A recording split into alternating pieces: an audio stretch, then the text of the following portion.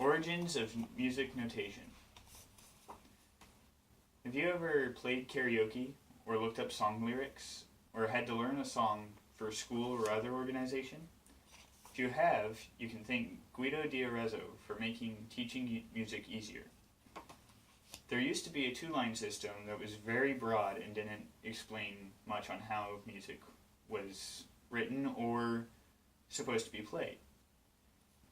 Mainly it was taught through memory, which was based off of preference or opinion. Guido developed a four-line system that helped convey the way a song was written. Let's learn more about Guido. He was born in France and was a Benedictine monk.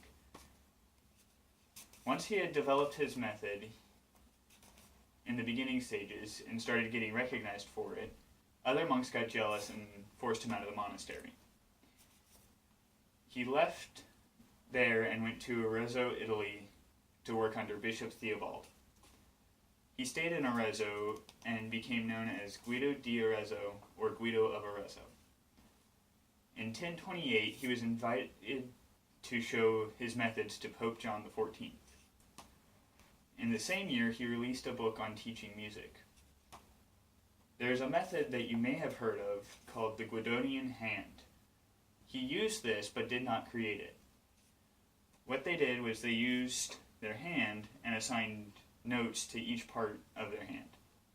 Through this, they were able to teach others their songs by pointing to their corresponding part. This was one of the apparent techniques that he showed to Pope John XIV. Guido's system contained two black lines, as you can see here, a red one on top, which included the note F or Fa, and a yellow line down here, which included the note C or Ut. The 6 syllables that he used to correspond with each note were Ut, Re, Mi, Fa, Sol, and La. Each syllable corresponded to a note: C, D, E, F, G, and A. This was known as the hexachord, because there were now 6 lines, 6 notes in the system. This made recording the songs much easier because you could now write it out on paper and teach others quickly because they could see what they were supposed to be doing. The hexachord established a staff that was called, this is also known as music notation. After a while, the hexachord was replaced by the octave, which added C or T at the end of the series and replaced Ut with Do. This is the system that we use today, and they actually also added another line and made all of them black. Leaping forward, Do, Re, Mi, Fa, Sol, La, and Ti is our basic foundation for singing. It helps us to understand that these notes correspond with a pitch that either rises or falls down on the scale. Each syllable is used to teach others the music by referring to a certain pitch, which is also indicated by the height on which it's on the scale.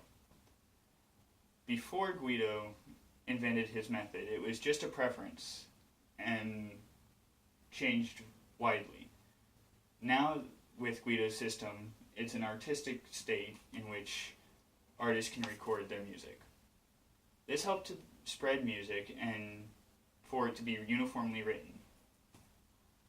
Thanks to Guido and music notation, songs were passed down as they were originally written, allowing us to enjoy historical music and form the way we write modern music and teach it today.